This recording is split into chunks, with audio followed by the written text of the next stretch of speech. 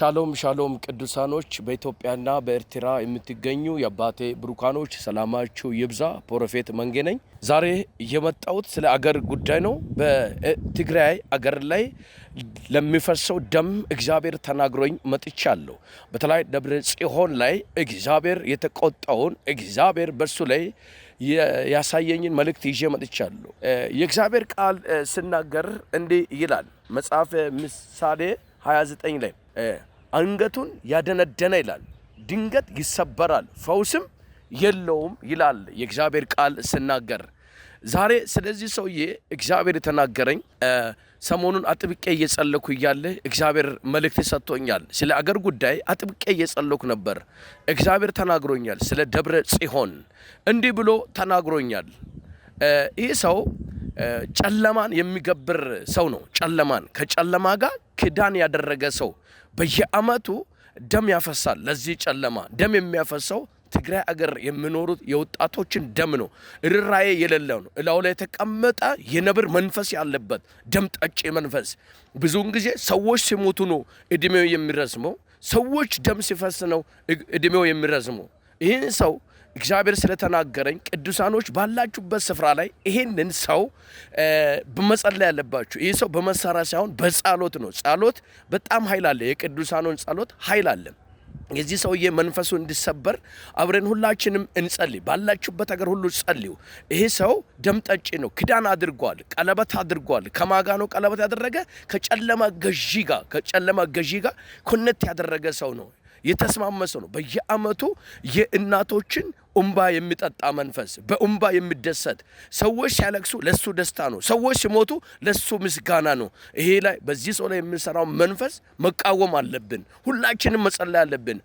ትግራይ አገር እናቶች ጸሎታችሁ ተሰምተዋል። እንባችሁ እግዚአብሔር ጋር ደርሷል። የአባቶች እንባ እግዚአብሔር ጋር ደርሷል። እግዚአብሔር ይህንን ሰው እሰብራለሁ፣ ይህንን ሰው ዋጋ አስከፍላለሁ። ይህ ሰው ማይመለስ ከሆነ ቶሎ በንሳ ማይመለስ ከሆነ እኔ አምላክ እሰብራለሁ ይላል። አሁን ምልክት ይሆንልህ ዘንድ ደብረ ጽዮን ጋር ይህ ቪዲዮ እንዲደርስ ሼር አድርጉ። ቀኝ እግር ያቃጥላል፣ ሁለት አይኖችን ያማሃል፣ ሰውነት ላይ ደግሞ ግፊት በሽታ አለብህ። ይሄ ለአንተ ምልክት ነው። እግዚአብሔር ገረብኝ ነው። አንተ የራስን ልጆችን ከልለ አስቀምጠ የሰውን ትንሽ የሆነ ትምህርት የሚማር እና ተስፋ ያደረገችውን ይሄን ልጅ እየወሰድክ ታሳርዳለህ፣ ታስገድላለህ። አመፀኛ ስለሆንክ አመፀኛውን እሰብራለሁ ይላል እግዚአብሔር። የምትሰበርበት ሰዓት ደርሷል። የምትወርቅበት ሰዓት ደርሷል። የምትዋረድበት ሰዓት ደርሷል።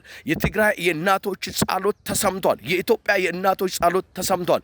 ትግራይ አገር ላይ ድርቅ ለማምጣት የብዙ መንግስት ሰራተኞችን እንዲሁም የተለያዩ ሰዎች ለጫና ፈጥረሃል። ቀኝ አግኝቻለሁ ብለን እግዚአብሔር አንተን ስመታ አይቻለሁ፣ ሲያዋርድ አይቻለሁ፣ በበሽታ ስትመታ አይቻለሁ። በቃ ነገሪ ሁሉ ሲቆላለፍ አይቻለሁ። ከዚህ በኋላ ለአንተ መጣበብ ሲሆን አይቻለሁ። ቶሎ ብለህ ንሳ ከገባ ማምለጥ ይሆናል። መጽሐፍ የእግዚአብሔር ቃል ሲናገር እንዲህ ይላል፣ ለቁጣ የዘገየ ለምሕረት የፈጠነ ይላል የእግዚአብሔር ቃል። እግዚአብሔር በምሕረት እጆች ይፈልጋል። እላይ ላይ ያለ የነብር መንፈስ እግዚአብሔር ሲሰብረው አየው። የብዙ ሰዎችን ደም ሲጠጣ ነው የምትረካ። የትግራይ እናቶች በብዛት ሲያለቅሱ ዋይ ስሉ አፈር ላይ ሲንከባለሉ ለአንተ ደስታ ነው። ርራኤ የለም። ከጨለማ ኮኔክት ስላደረግ ይሄኛው የምትገብር ስለሆነ ደም ጠጪ መንፈስ እላይ ላይ ስላለ እላይ ላይ ያለ ደም ጠጪ መንፈስ የተሰበረ ይሁን። ቅዱሳኖች ይህን ሰው ተቃወሙት። ደብረ ጽዮን ላይ ተቃወሙት። እሱ ላይ የሚሰራ መንፈስ አንድ ላይ ተሰነካክሎ እንዲወርቅ፣ እሱ ላይ የሚሰራ መንፈስ ኢትዮጵያ ላይ ራብ ሊያመጣ፣ ኢትዮጵያ ላይ ችግር ሊያመጣ፣ ኢትዮጵያ ላይ መከራ ሊያመጣ፣ ኢትዮጵያ ላይ ስደት ሊያመጣ የተነሳ መንፈስ ነው። እግዚአብሔር ግን እሰብራለሁ አለ። ሰብሬ አስቀምጠዋለሁ አለ። በኢትዮጵያ የምትኖሩት በተለይ ትግራይ ሀገር የምትኖሩት እናቶች አጥብቃችሁ ጸልዩ። ደብረ ጽዮን ላይ ቁጭ ብሎ ደም የሚጠጣ መንፈስ የናንተ ጸሎት ስለሚያጠፋ አጥብቃችሁ ጸልዩ። ይህ ሰው ላይ የተቀመጠ መንፈስ ደም ጠጪ ነው። የሚረካ የሰዎች ደም ሲፈስ ነው። የሚረካ እናቶች ሲያለቅሱ ነው። ይህ መንፈስ ተቃወሙት። ሁላችሁም ኢትዮጵያ ውስጥ ያላችሁት አባቶች፣ እናቶች የወጣቶችን ደም ልጠጣ በደብረ ጽዮን ውስጥ ተለብቆ የሚሰራ መንፈስ ስላለ ይህም መንፈስ እግዚአብሔር ገልጦታል። ስለዚህ በጸሎት እንመታዋለን። የዚህ ሰው ላይ የሚሰራ መንፈስ ይመታ። ብዙ ቅዱሳኖች ደግሞ እላው ላይ ያለ መንፈስ ይመታ እያላችሁ አብረን እንጸልይ። ይሄ የምንጸልይበት ሰዓት ስለሆነ ነው። በዚህ ሰውዬ ላይ የመጣ መንፈስ አደገኛ ነው። ብዙዎችን የሚበላ ብዙዎችን ደም የሚያፈስ ስለሆነ በተለይ እናቶች ለዚህ ሰው እንድትጸልዩ ለዛሬ የነበረ ፕሮግራም ይሄ ነው። ከዚህ በኋላ ደግሞ ሌላ መልእክት ይዤ ስለሚቀርብ ስለዚህ ዩቲዩብ ላይ ገብታችሁ ሰብስክራይብ ያድርጉ። ቲክቶክ ላይ ገብታችሁ ፎሎ፣ ላይክ፣ ሼር ዱት በማድረግ ቤተሰብ ሁኑ። ሻሎም። እወዳችኋለሁ።